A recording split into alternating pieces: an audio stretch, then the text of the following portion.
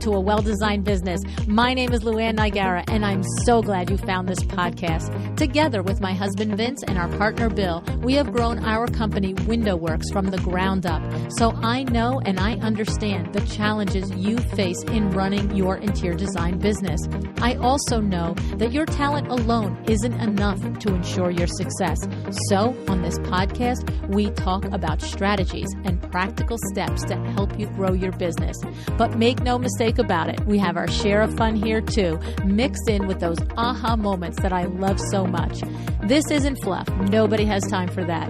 Whether you are a new interior designer or a seasoned designer, I am here to help you create and to manage the kind of interior design firm that you dream of.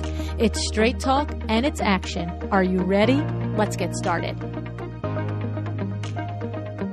Hi, welcome to A Well-Designed Business. We've had a lot of our guests over the years that talked about making the transition from side hustle to full-time interior design business.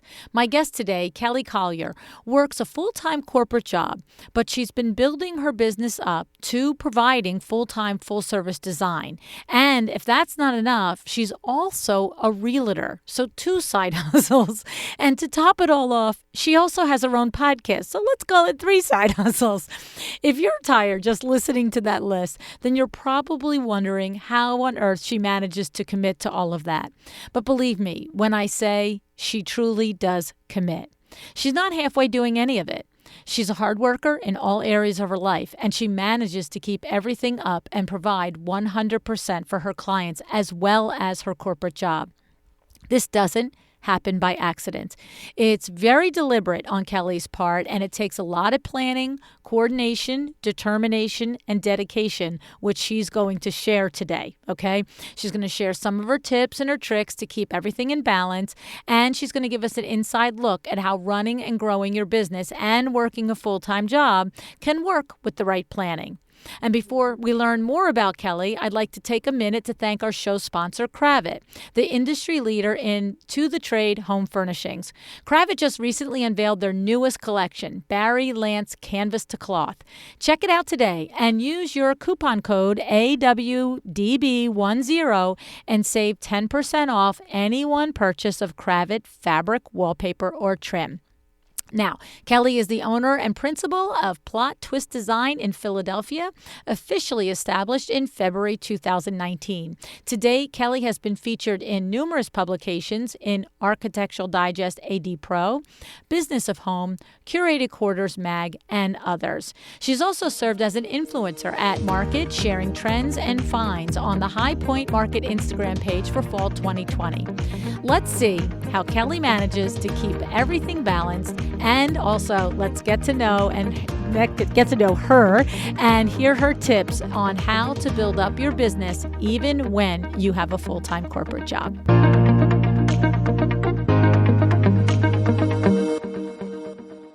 Hi, Kelly. Thanks so much for joining me on A Well-Designed Business today. Hi, Luann. Thank you so much for having me. I'm so excited. I am too. I said to you when we first started our little pre-air chat that was a lot longer than a little pre-air chat that it's so funny this is the first time we're talking in real life because I totally feel like I know you from Instagram. Yes, I feel the same way. It's so funny. Yes. And I have to say, Kelly, of course, that's in part because we, have communicated by DM and we've communicated on each other's feeds. But I have to tell you, it's also because in addition to that, you do a really great job of coming through on Instagram as a living, breathing, capable human being / designer / realtor / corporate person. Thank you so much. I appreciate that. You do. I have to say, I mean, we're all really striving for exactly that, for being able to communicate to quote unquote strangers who we are, what we do, and who we do it for. And you do a really good job, Kelly. Thank you. I really appreciate that because that is the goal. So I appreciate hearing it. Yeah. So the thing is, you do have a lot of hats. You have a full-time career in corporate. You also are a Full time, full service interior designer. I don't know how many hours you have in a day, but I know you do it as a full time thing. It's like a real business, right? And you Yes. also are a realtor. And so this is a lot going on. A day in a life, Kelly. My goodness. What is, why so many things, and how do each inform and fulfill you in, both business and personal? Okay, so that's a loaded question. So let me try to unpack. So why so Oh, many wait, time out. things? Time out. And I Okay. forgot you're a podcaster. Like, hello, forgot to add that too. Go ahead. If we're not all exhausted enough just by listening to your to do list, I'm to be exhausted list. most days, let me just say that. But so my corporate career started over 20 years ago, right? And so a lot of us, I think what I hear a lot of us out here have shared that at some point they decided to do something different, right? And Mm, so for me, starting the interior design business officially was turning a passion that I've had forever into a legitimate business, um, with the goal in mind to cross over at some point, retire early. I don't have a desire to work for someone else's corporation until I'm 65, mm, and then try to have time to do something I love. So that said, I've been a realtor part-time for 12 years, officially licensed for 12 years, and so I've been in escrow a couple of times, aka inactive. And so a year in, I decided to marry that with interior design because it just made perfect sense. And as soon as I did, I literally had clients receive both services. So that mm. proved to me that it was a great idea and that it will work well. And so eventually the goal is to retire again and do, interior design and real estate, both things that I really love, and have Mm. them work together. Now the podcast is definitely a passion. Um, that was actually born out of the pandemic. So I kind of transferred the live series of IGTV conversations I was having onto the podcast so they could continue. So, okay, so I love it, all of it. So, what happens is where many people open their interior design firm, and in the beginning it's friends, neighbors, family. For you, probably that is a component of it, but Mhm. having the real estate license and taking people around, and I can imagine it's such a perfect lead to, right? It's like you're Mhm. organically discussing, hey, I know you really wanted, and whatever, but if you move this wall and if you just this and you just that, Mhm. right? Yes. And so is that what's happening? You're selling the home, showing the homes, and you're immediately making the connection, and then they're taking the next step to hire you as the designer.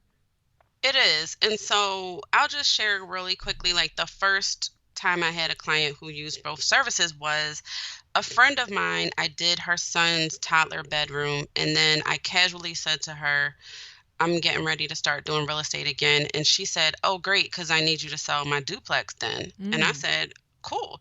So she literally called me before I could even get business cards printed or before I could even reach back out to her to say, I'm ready to say to, and she called me to say to me, I'm ready. Are you ready? And I'm like, Yep. So Born ready. yeah, and so that particular client, that led to me then selling their current home that her and her husband lived in to then helping them find a new forever home, which was a new build.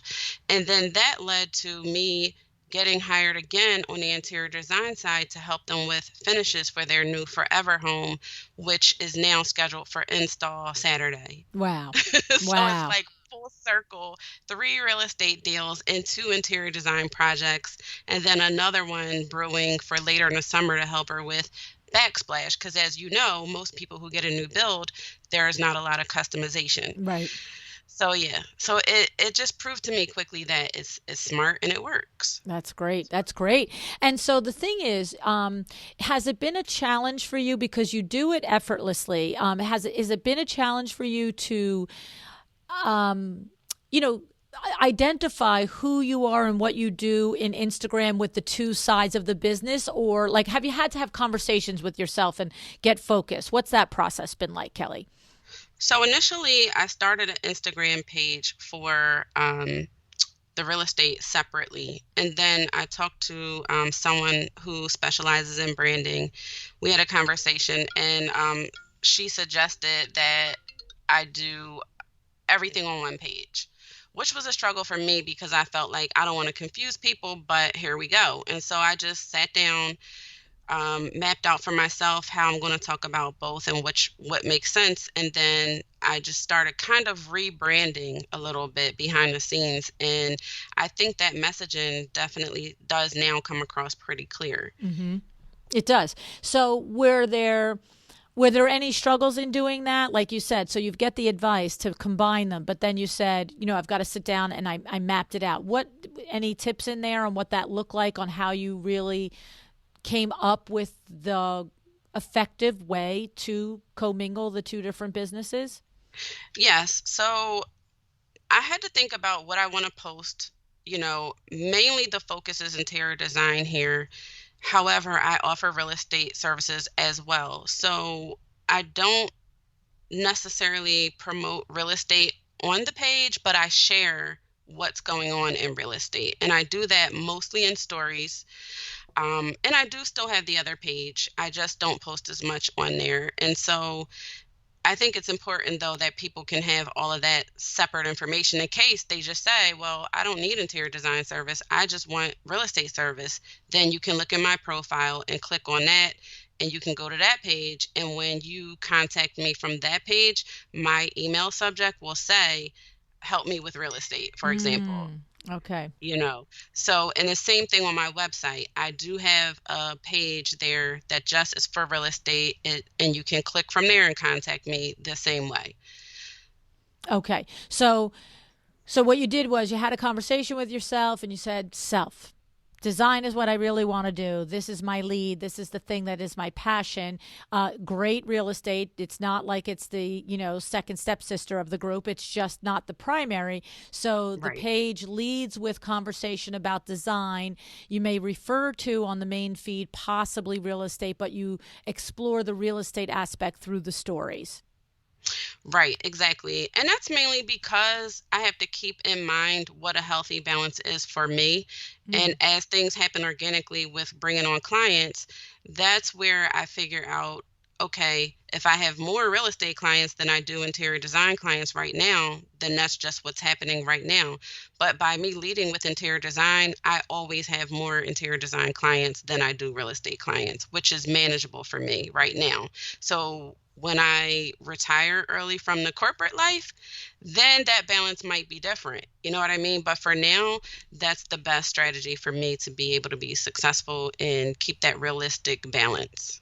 Okay, so what you're saying is while you have the corporate job, you prefer to have more design clients than real estate clients, but and so therefore that's why the Instagram is fashioned in that way. But you Yes, are leaving open the idea that once you retire from corporate, you could possibly prefer as many real estate clients or possibly more than design in order obviously for the financials to carry across, probably, right? absolutely. And then Interesting. the goal would be later when I'm growing in a firm, I can hire people. Mhm. So Mhm. then it'll be like, so I don't have to be the solopreneur at that point. So that changes the game when you can start really hiring people and have a staff. So Right. that would allow me then to do more of real estate.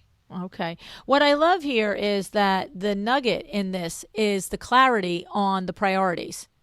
You say Hmm. you're not just throwing the spaghetti at the wall on the No, Instagram. Yes, not at right? all. You're actually deciding that given the time and the ROI on real estate and design and the corporate, that the mix is corporate gets done obviously first, design is your next thing, and then real estate is the third thing. But there's a clear understanding of why they're in that order, and therefore the strategy reflects that. Yes. Smart. Love it. Okay. Now let's talk about running these three aspects. These are all, this isn't like you're not like a barista, full time. Like, you know, Right. I imagine after 20 years, you probably have a pretty high level position, especially knowing you and what a go getter you are and how thoughtful and strategic you are. What does this look like? How do you actually accomplish this? So for me, the first thing I do is time block. Mm. Um, you know, I hear people say we all have the same 24 hours in a day, which is very true, but how you utilize those hours matter, especially when you're doing a lot of things. So the first thing is I promise myself when I wake up in the morning, I'm going to work for me first before I log on to the corporate world, which Mm. means I'm going to post, I'm going to do whatever I need to do, answer emails, whatever I need to do for me, I do that first for the business. Then I'm on the corporate's time clock. But at my lunchtime, I'm back on Plot Twist Designs clock. So my lunch times are usually spent doing something for the business. And then when the corporate clock stops, that's when I turn back on Plot Twist Design and real estate. Now, let's be honest, and like obviously if I get a text message from a buyer who has a question or something like that, I can answer it sometimes. You know what I mean? If I take a break.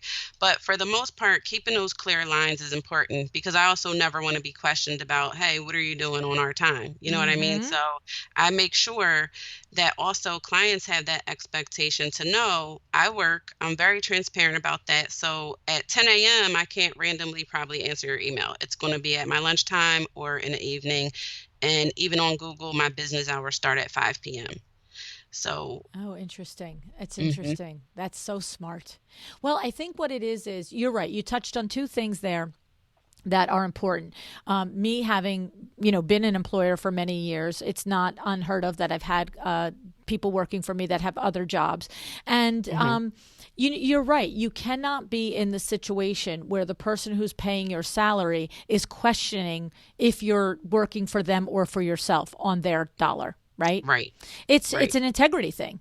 It is, and that's important. So, Yeah, and I've had situations with people where the conversation is, hey, I get it. Like you just said, you're going to get a text, maybe you answer it. And then what happens is, I've had conversations where people were, employees where they were respectful of it and the random, hey, can I just answer this or that? Or just they're doing it and not specifically asking for permission.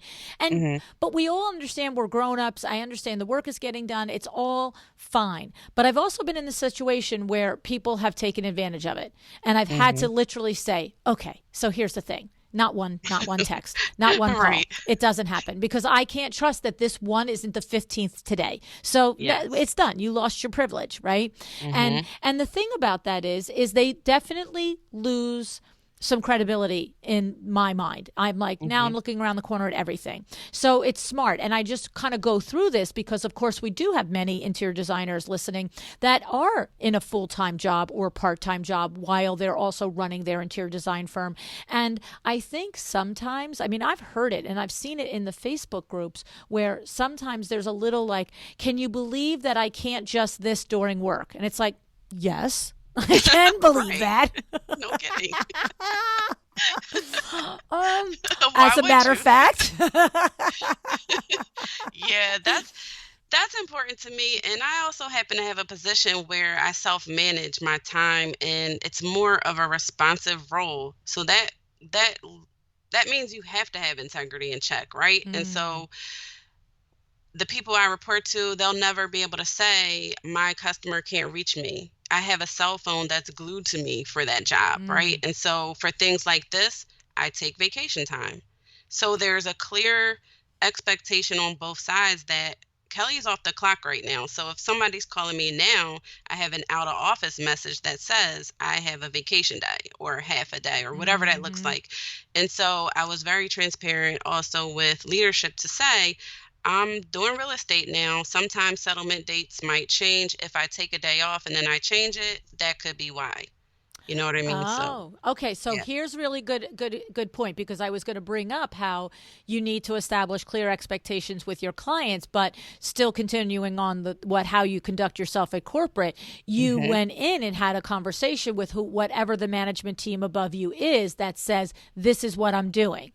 Mhm. So Yes. that's awesome. That's awesome. Yeah. And do you feel, Kelly, that you are fortunate to have a particular manager or multiple managers that get it, or do you feel that it's typical and as long as you establish the guidelines and the agreements, like any words of advice there? So I am fortunate because the role itself lends to so much flexibility, right? Mm, So if I take a vacation day for tomorrow, I can do that. I don't have to have 3 weeks or notice, or it's not a lot of restrictions around the role, which is why intentionally I've decided I'm going to stay in this role, right? okay. Because I don't want to be in a role where I'm restricted on taking time off or having to even explain why I need a day off. But I felt it was important to share that with them just because if I'm taking off and then I change my mind, I don't want them to be like, what the hell's going on with Kelly? You know what I Right, mean? right. She's It's flitting like, all over the place. right, something Right. could have changed and I'm not going to waste the time. So yeah, so I think it's definitely something that people can do no matter what role they're in if they set those boundaries on both sides for themselves and Mhm. for the clients. Yeah. Well, again, thinking as the employer, what I know up front, I can handle and I can deal with Yes. and I can manage and I can agree to or not agree to, quite frankly. Right. Mhm. And Mhm. so it's the being caught unawares and feeling like somebody's hiding something that makes you, it's just like anything else. You find that somebody's hiding one thing, you're wondering if they're hiding 25 things. Right? Yes. It's like, what else is going on that I don't know What about? else are you doing? Exactly. you know? So, okay. And then talk to us a little bit about having those conversations with the potential clients on the expectations and the boundaries that you're not going to be available at beck and call. And that, yes, if the plumber says he's coming Tuesday and you've made an appointment to meet him and he doesn't show up, you don't necessarily are on the beck and call at his. How does that work, Kel? So, for example, if a contractor is going to give an estimate on a renovation project, this happened recently, and I couldn't be there. It was a Monday morning. I had meetings, and I didn't feel a need to take off because I don't think I need to be there for someone to look at a space that I've already walked through, took my own preliminary measurements and notes on, and they're going to be in and out. So for that type of example, I let the client know this is who's coming to your house, this is their name, and their phone number. If anything changes with your schedule, you can definitely let me know and I can communicate it, or you can call them directly and they have your information as well. So those are times where it's kind of like a little invisible pivot happening Mm. where and then I might look at my phone and say, "Hey," making sure I didn't get any alerts or anything like that, but I'm still now able to function because I already scheduled this. I know that's happening. If it doesn't happen, God forbid, I'll deal with it when I take a break. Mm-hmm. So, Mm-hmm. yeah. Okay. So it's a matter of, it sounds like to me, being well prepared on the front end. And probably I'm imagining that you're supplying any particular trade or vendor with a detailed outline of what you, Yes. yes. So, Mhm. so tell us a little bit about that. Is it a phone call? Hey, Bob, go measure for the showers in, the two bathrooms for tile, or is it, hey, Bob, here's an email with all of the, the specs and the blah blah blah. How do you handle it, Kelly? So it's a phone call for sure to talk about the project, proposed project, and then it's a follow up with an email with photos I took, measurements I took, because of course I'm not the expert there, but this is what I think the space measures out to be, Right. and then the details with the client's name, address, and phone number. So they have everything I said to them in writing that they can refer to, and then I'm now waiting to get the estimate back from them. Okay. And I would tell you, in my experience, this is where lesser experienced or lesser organized designers will fall down.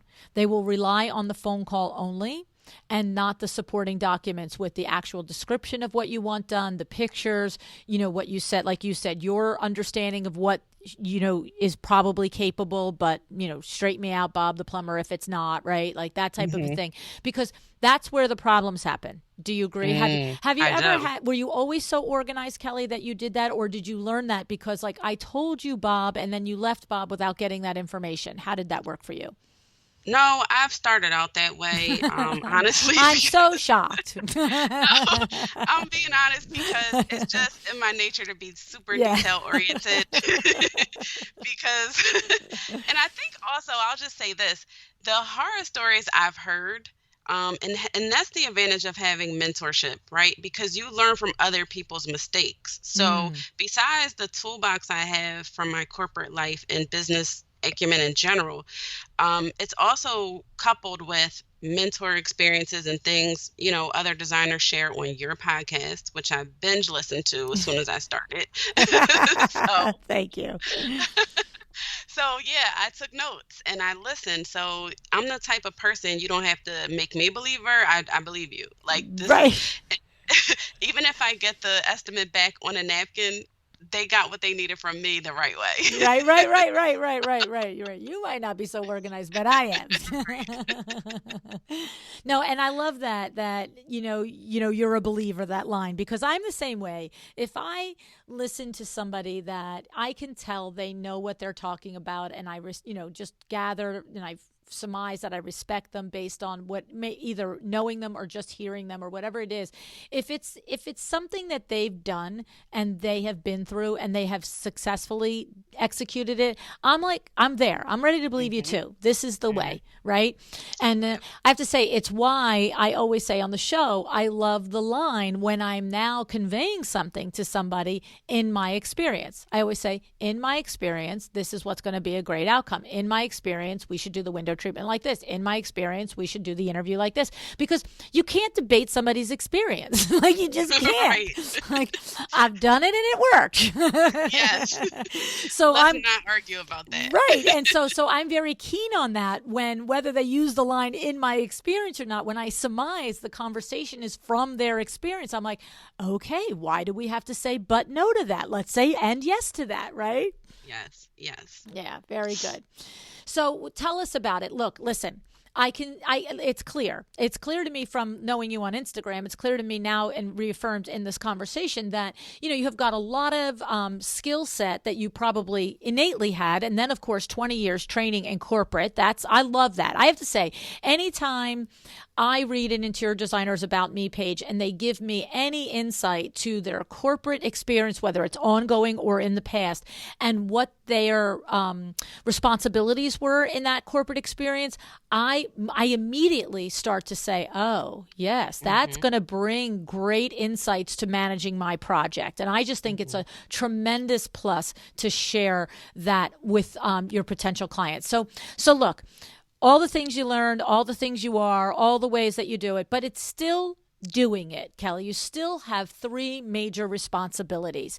So, what is it? Are we doing 2 o'clock in the morning nights, or how are you actually accomplishing it and keeping all of the, ships moving in the right direction? So I give myself a schedule every week, and I have to do it on a week by week basis because, as you know, with interior design, your projects are going to be at different phases, right? So, depending on what my workload looks like for the business, it could be 4 nights that week. I have to be on my computer probably from about 5 or 6 ish, because every now and then I do struggle with turning off one and giving myself some downtime in between, right? Mm-hmm. So that's a work in progress. But once I have my downtime, eat dinner if I eat, then I hear you. right, then turning on plot twist design, and then I'm at the table with a candle burning, literally a candle, but till sometimes 1 o'clock in the morning. And what I realize is that it's going to be worth it, because this is what I have to do to get to where I want to be. And this is what I have to do to make sure no one gets unanswered and that projects go the way they're supposed to go. And it's all me mainly doing everything.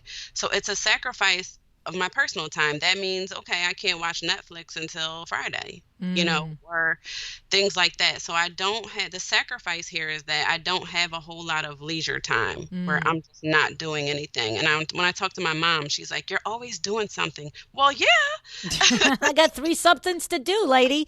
right. you know. So there's that. But then I do try to find a balance with Sundays is the rule of thumb. Usually Sundays, I don't do any work. Most Sundays I don't But work. Sunday's a big real estate day. You just say Yeah. no. You just say sorry. No. So if I have a buyer, for example, and they can't see houses on the weeknights or Saturday. If it's a house they really want to see on a Sunday, I will show it. Yeah. So Yeah. I don't, that's where that particular Sunday I had to work, and that was a 7-day work week, Yeah. you know? Yeah. So, So yeah, what it is it isn't always pretty. That's the point. And right. a startup is a startup, and then you add to it the complexity of having a full-time job. And look, a startup is like in my mind is like a brand new baby. There's no It rules. is. Right. It's like baby's crying, you're tired, so what? Yes, that's a great analogy. Yes, right. And the thing is, just like a baby, you could get up with that baby at 1 o'clock in the morning and walk till 2:30, go to sleep, and at 3:15 they can start again. It's like, oh yay, you know what I mean? It's like Yeah. you can't just say, and that's to me, it's like, okay, I just did XYZ and I'm all good and I'm all done. And I thought I was going to take Sunday off. Whoa, opportunity, got to do it, right? Yes. Hmm. So I cannot say that I recommend a lifestyle that sounds like yours and mine. However, I'm the same way. It's like this is not forever. This is the building stage. And I'm coming out of it now. 5.5 years into podcasting. I'm now finally having weekends off, not all of them, Awesome. but some of Okay. them. And multiple in a month, okay, which is groundbreaking. you That's know, revolutionary. Yes, it is. And what it is I rarely will take the entire day. However, if I do something, it's something I want to do. It's not a deadline Hmm. driven thing, and that's a completely different work mode, right? Hmm. Yeah, I love to work It on the is. business. I could work on the business every day and not do the businessy things all the day. Like, oh, let's plan for Agreed. that and let's do this. Hmm. It's very creative, is what it is, Hmm. Hmm. So, It okay. is. All right. So the idea is that when we, just like all Instagram, when we look at what Kelly is accomplishing and she's doing, it looks effortless. It looks like, she's got it rocking and rolling, but understand that when you're watching, Downton Abbey, she's probably hard at work at the kitchen table with the candle, right? Right. Right.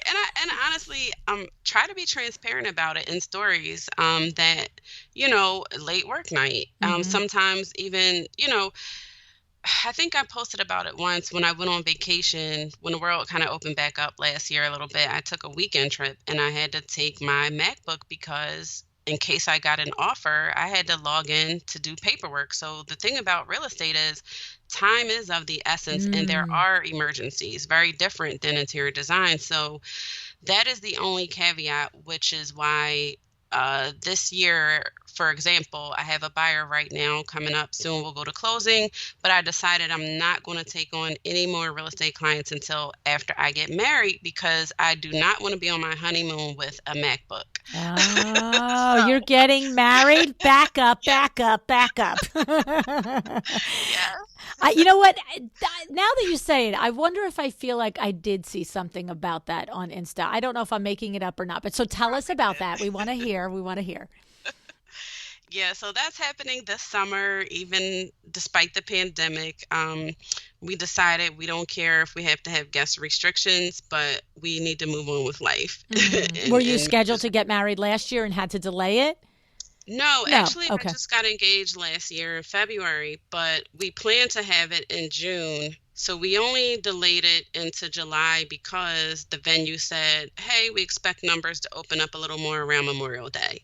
Okay. So that just gave us a little bit more cushion to wait it out before we send out the invites. But yeah, Okay. I'm excited about that. It's going to Yeah. change things a lot. Well, that's true. I mean, and you know what? Not for nothing, but that opens another can of worms in that, you've had to establish expectations and agreements with your corporate employers. You have to establish expectations and agreements with your design and real estate clients. And now you're going to have expectations and agreements with your new husband. I imagine the conversation has happened already. Hopefully it has. But Hmm. that's got to be sensitive too. Like somebody's like, I'm going to marry you and I'll see you on Friday. Like, what are you expecting there, Kelly? How are you expecting to manage and work that out? Well, here's a funny part. So, my future husband works full time and he also has a business, right? Oh, yay. So, I met Yay. my best No friend pot calling kettle because black in this marriage. exactly. And so, here's a funny thing I'll share. Um, 2 years ago, when I started the business, he was so happy because I finally understood why he Mm, had to be on the phone at the dinner table sometimes mm, on a date, right? yeah. And I think that was the best thing that happened to our relationship, Luann, because I stopped caring if I see him on this day because I would complain sometimes about his work Mm-hmm. schedule. Mm-hmm. So now it's like the perfect match because we both understand and we do take the vacation, we do go to date night, but we both respect and understand what we're doing and we support each other. So that's why we work and we should work. That's nice. I love it. That's Afterwards. awesome. You know what? It's so funny because for how many people have said to me, "How do you work with your husband all these years?" And Mhm. of course, that's a very complicated answer. Yeah. But the truth of it is that it doesn't end at 5 o'clock. When you own your own business, it does not end at 5 o'clock. It's impossible to think that it does. I shouldn't say that. I'm sure there's somebody out there that manages and achieves it. It's what Mhm. I don't have a desire for it to end at 5 o'clock. Why don't I just say that? That's more the truth, right? Right. But when you are in it together, then you understand. And so we're in it together, the same business, but for you, you've arrived at that same realization that it's important to that person's business to take this call, and so you have grace for that. And what I will say, it sounds like you've already built it in. Of course, you're not 20 getting married, so you've been Right. around the block, and obviously mature in relationships and perspective and all of that. But I will Mhm. just say out loud, it really is important when you're both crazy pants busy to build in the agreements on when the time off is, right? And so, like, we Yes. don't have you can't. I don't think you can count on one hand the number of times that one of us will take a call or do something on a Friday or a Saturday night. Like, Mhm. it's sort of like, are you really curing cancer over there? Come on. Right. Like, it can wait, you know? Exactly. So, it's that sort of a thing. Although I have to say, there are podcast emergencies on Friday and Saturday night, and I will excuse myself. I'm like, yeah, the editor has a question. That show has to be done tonight. But it's 10 seconds. Right. Right. But the thing is, you identify that, right? Yeah. So those are the times where I'll tell him what I'm doing, and he'll be like, I don't care.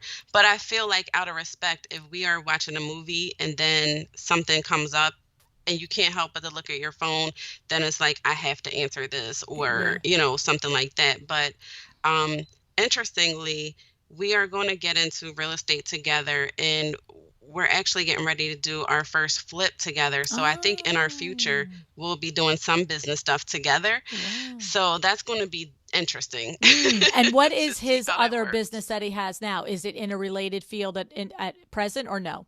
Not at all. He Not at has a commercial cleaning business and Oh. yeah, full time he's a GM specialist. So he's done it forever, Mm. 20 years plus straight out of school. So he loves what he does, master tech at it, but he knows I think I probably inspired him too, but he knows the plan is we're not gonna work forever, right? Mm. We wanna retire at some point where when we're young enough to enjoy the fruits of our labor. Yeah, I saw your Instagram pictures on some beach somewhere recently. You look like you were having a good old time. Yeah, I didn't take the MacBook on that one. That's awesome. Oh my goodness, so fun. So, what I love, Kelly, is getting to know you is really the actual true extension of your Instagram. Like, you're everything that I imagined that you are and were. You know what I mean? There's no like, oh, this isn't really who I thought it was. Thank you. Yeah, so it's good. It's good.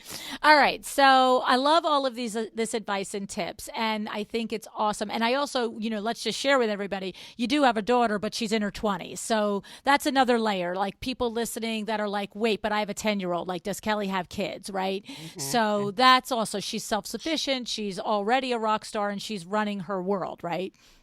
Yes. And so I think timing is everything because she graduated college last year in the middle of the pandemic. And when she was in high school or younger, I don't know if I could have did this. I don't Right. know if I would have wanted to take the time away from what I needed to already balance with being a mom, I So, agree.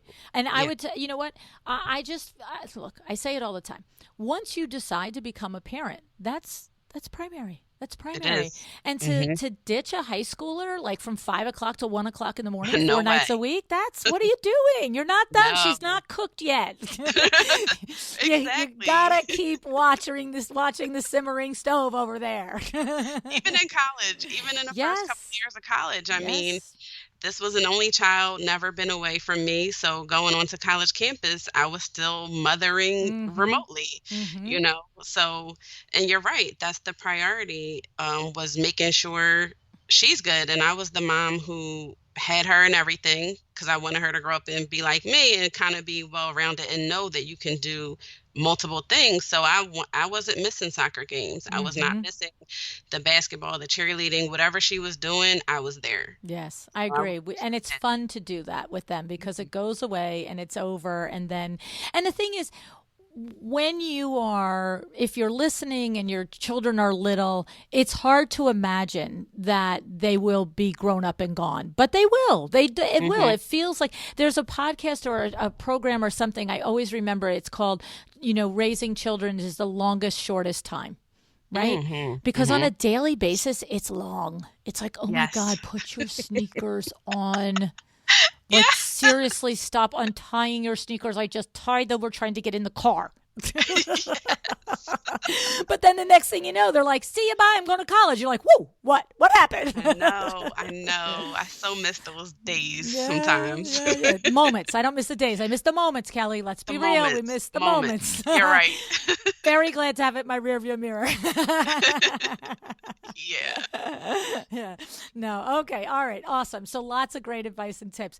Now, I want to say that you shared with me that there's two avenues that we could discuss this part of our conversation about diversity and about white privilege and racism and all of the things that I love to make sure that we keep bringing to the table so that mostly my white colleagues are continuing to have tiny little aha moments along the way and maybe little moments of clarity where they might just think differently going forward about something, anything. And you said to me that it was interesting. Your observation was that entering the interior design industry sort of reminded you of when you entered the corporate world in some of the biases and the things that you experienced. So tell us a little bit about that thought. So in corporate, as you know, there's always a minority and a majority with seats at the table for certain positions, certain departments, and things of that nature. So that was sort of my reality through corporate life. And often being in rooms people think I shouldn't be in because I worked hard to get there. And being in a position, even the one that I have now, um, some people may have not thought that I would be the person showing up because I manage customers for a living for the utility industry. So when I show up sometimes for a meeting with engineers, people sometimes have this subtle look on their face like, why am I here with Mm, my engineer who's a white male?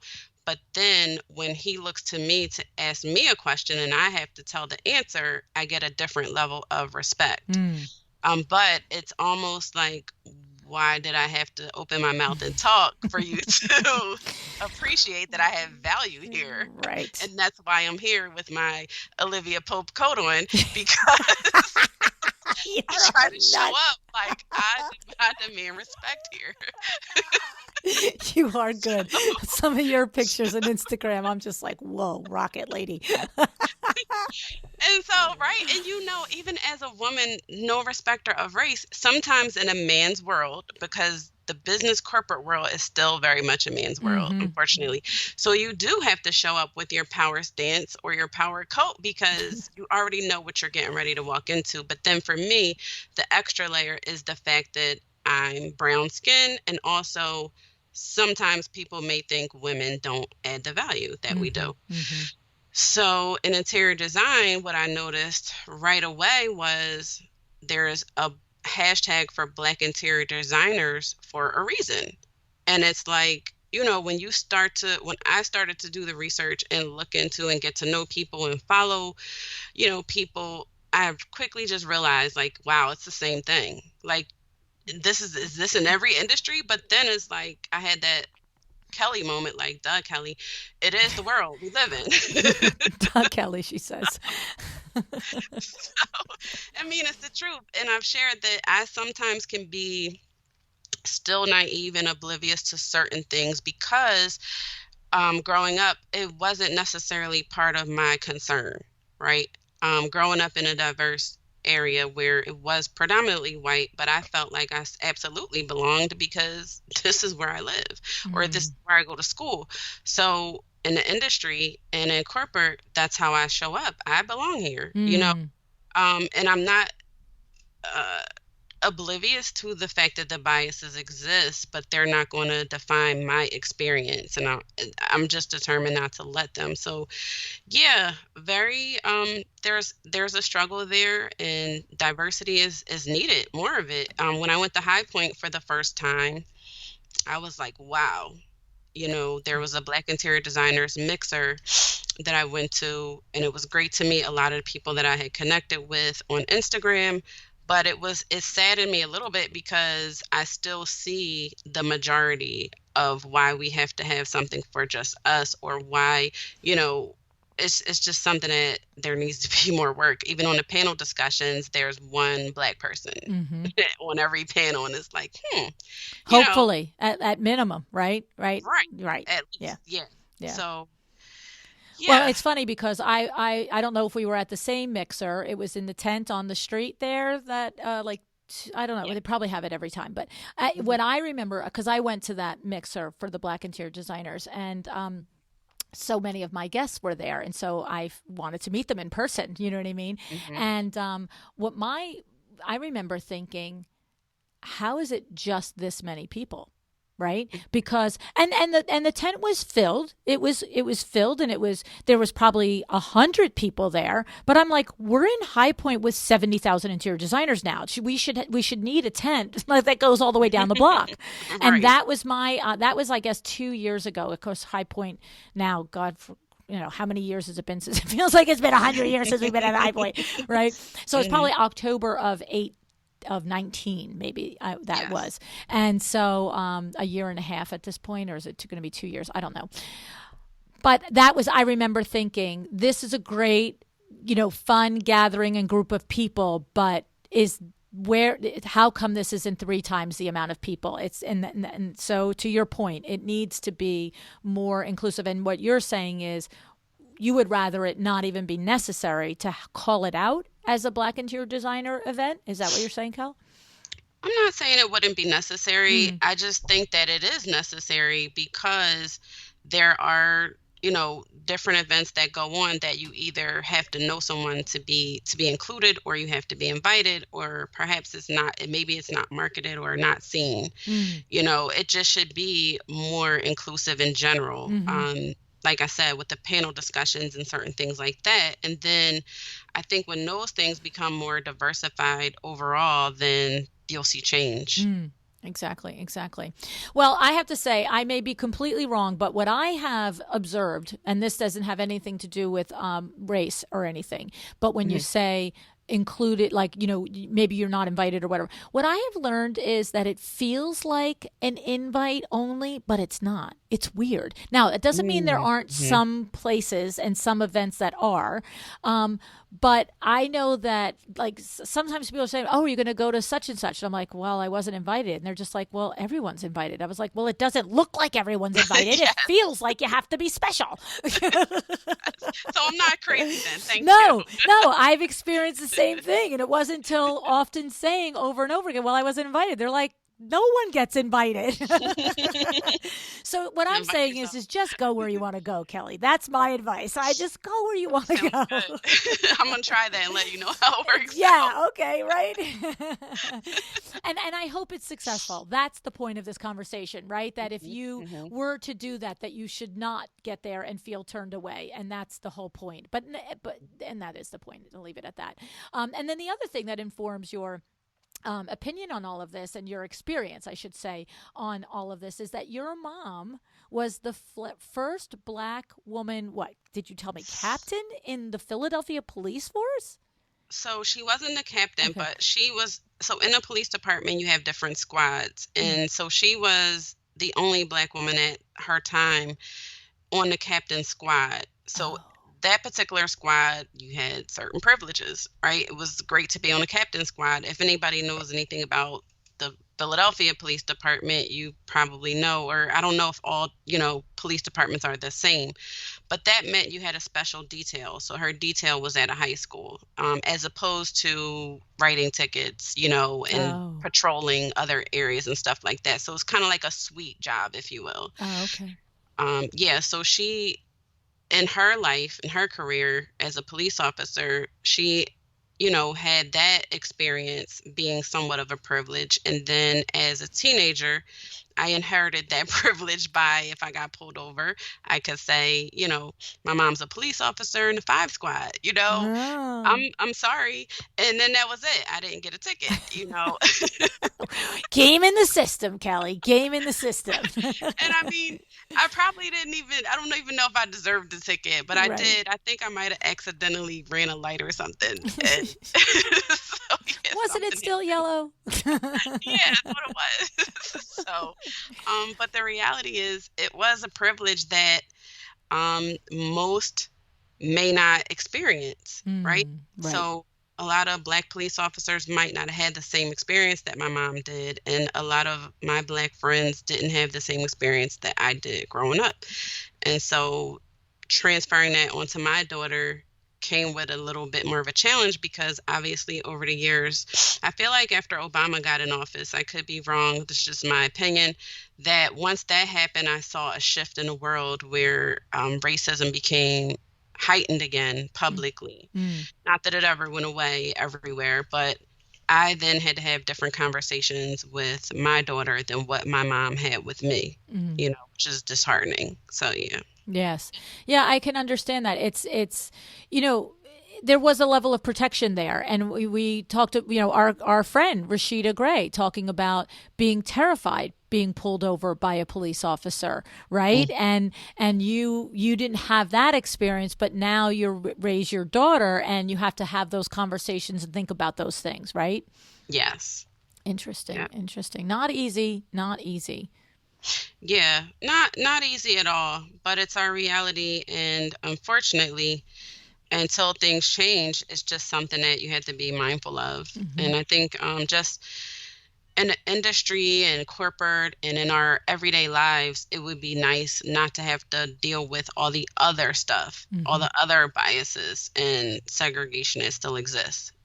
Hmm. I know. Well, I don't know how or where or when, but I know that it's one person, one idea, one notion at a time. Hopefully, all together make a difference and make a change, right?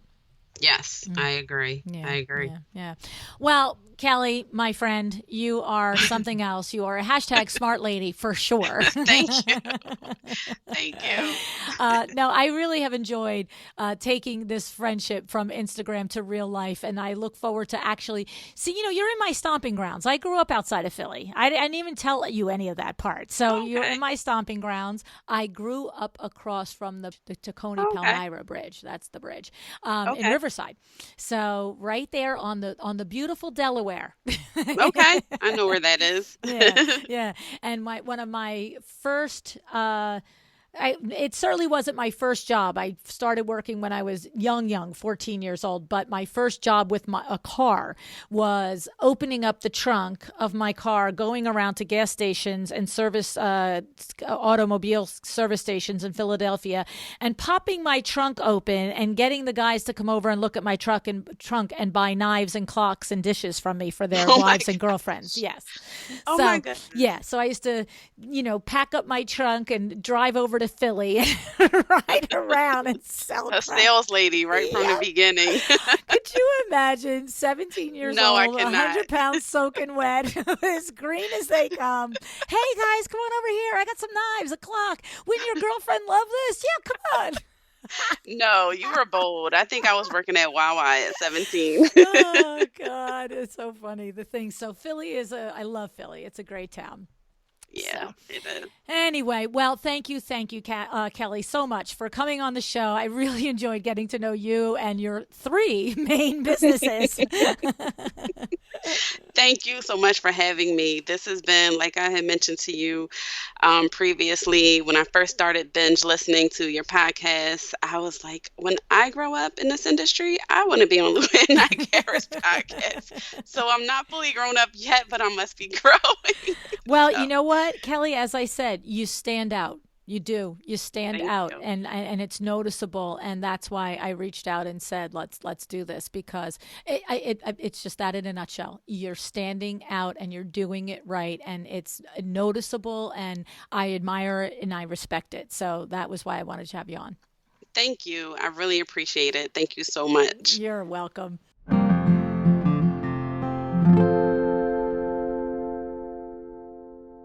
Okay, the words Energizer Bunny come to mind, right? The amount of energy, momentum that Kelly has in all areas of her life, it's something to consider and to strive for, right? I can relate to Kelly. How about you, right? For people like us, our business is like our baby, right? We are happy to sink in the time, the effort, and the dedication it takes to grow and nurture it. So the thing is, whether you are at the stage of life where you can commit to your business as the number one, or you're in a season where you're growing your family, or you're entering retirement years while you're running your business still, there are lessons that we can all take from Kelly. One of the big keys to Kelly's success is getting clarity in her messaging. As someone who has interacted with Kelly quite a lot on Instagram, I can say that her message is clear. It isn't confusing what she is offering. She has her realty services and her design services. She highlights everything with transparency and honesty. It was interesting for me to hear her talk about the guidance that she got from the branding specialist in that area. I think that many of us would be hesitant to try to be all things because we're consistently drilled in with the idea of niching and narrowing. And there's value in that, no question. But when it comes to your business, it might not fit. You might not fit in a particular box. You might offer something different, right? You might, like Kelly, be offering two big pieces that are very different from each other, but work together. So for Kelly, it was fine to embrace that on social media, as long as she was clear and honest and stayed true to her values and the balance, right? She had to stay true to the balance that she wanted to maintain in her businesses. The way that she uses her own inner compass and her own priorities to guide the Instagram is smart, right? She knows that she wants more design than real estate clients, so she focuses on design and social media without forsaking the other big money maker in her business and her life, the real estate, right? There's a lesson in there about getting clear on what's important to you and to using that to guide your messaging in your social media, your website, your ads, in all the ways that you present yourself to the world. Let your priorities and your own understanding of your own goals be the guide, right? I also have to highlight that what Kelly is doing here isn't easy. She's pulling a lot of late nights. She's sacrificing leisure time. She's missing out on all of those Netflix binges that so many of us are doing, right? But this is what it takes to grow a business. And there's nothing wrong with not wanting to lose your free time, okay? So if this doesn't speak to you, there's no wrong here. The key is getting clear on your own boundaries, setting schedules and sticking to them, and not making and allowing excuses for yourself, okay? Maybe you don't want to work 4 nights a week until 1 a.m. No problem. But you do need to figure out what you're comfortable with, how much of your time you are willing to dedicate to the business, and how important growing the business is for you, because you know it starts with that decision. Ultimately, nobody can answer these questions for you. You have to always consider where you are in your life, whether you have a partner or children that depend on you, how you prioritize your business and your job, right? But the point is, it's doable, if you set and stick to your own boundaries and you lay out those expectations for yourself, right? Kelly is transparent with everyone, her clients, her management at work, her fiance. And that's a big part of why this works for her. She isn't hiding her business and being shady at work. She isn't pretending to clients that she'll always be available at a moment's notice. She's laying out the expectations in each of the areas that are of her life so that she can balance everything with honesty, integrity, and openness. And that's the real goal when you're building your business on the side, right? Now, one thing we didn't get a chance to talk about too much today is Kelly's podcast. Okay. I mean, it's like, I can't believe it, right? The time just went. But I don't want to leave you without making sure that you go and check out her podcast. It's called Plot Twist Design Business Podcast. It's very much worth a listen. Okay. Last month, Kelly hosted a special series for Women in History Month featuring some very inspiring smart ladies, including my friend Celeste Alexander, who runs Curated Quarters, the only magazine dedicated to showcasing the work of Black interior designers, as well as Cameron Hamilton, the latest winner of Design Star Next Gen. Kelly is great at pulling valuable nuggets and practical advice from her guest, and any designer, any one of you, can learn a lot from what she has to say. You can find Plot Twist Design Podcast wherever you listen to your podcast. All right? Look, Kelly will be the first to tell you that her lifestyle isn't for every one of us, but for her, it's not so much as a sacrifice as it is that commitment to herself. She doesn't want to wait until she retires to build a life based around her passion. So this is her choice now. That's what she's making, a choice now. I know that you might be in the same boat. You have this passion, this burning desire, this creative outlet, and you know you can create a profitable business, right? The question is, are you going to do it? Or are you going to sit on it? Are you going to take the time? Are you going to dedicate yourself and the time? Are you going to create the time, commit the time, and build the business that you want, right? The choice is yours. You have to decide to commit. You have to decide to dedicate, and you have to decide to work, and you have to decide to be excellent. Thank you so much for joining me again today. This podcast is a production of WindowWorks, your resource for custom window treatments and awnings. To learn how we can help you on your next interior design project, go to www.windowworks-nj.com. And if you're interested in working with me on your business, either through masterminds or one-on-one coaching, or you want to know how to get my book, The Making of a Well-Designed Business, or you just want to know what's going on in the podcast land and where I'm going to be, all of that is found at luannigara.com. Thank you so much. Have an excellent day.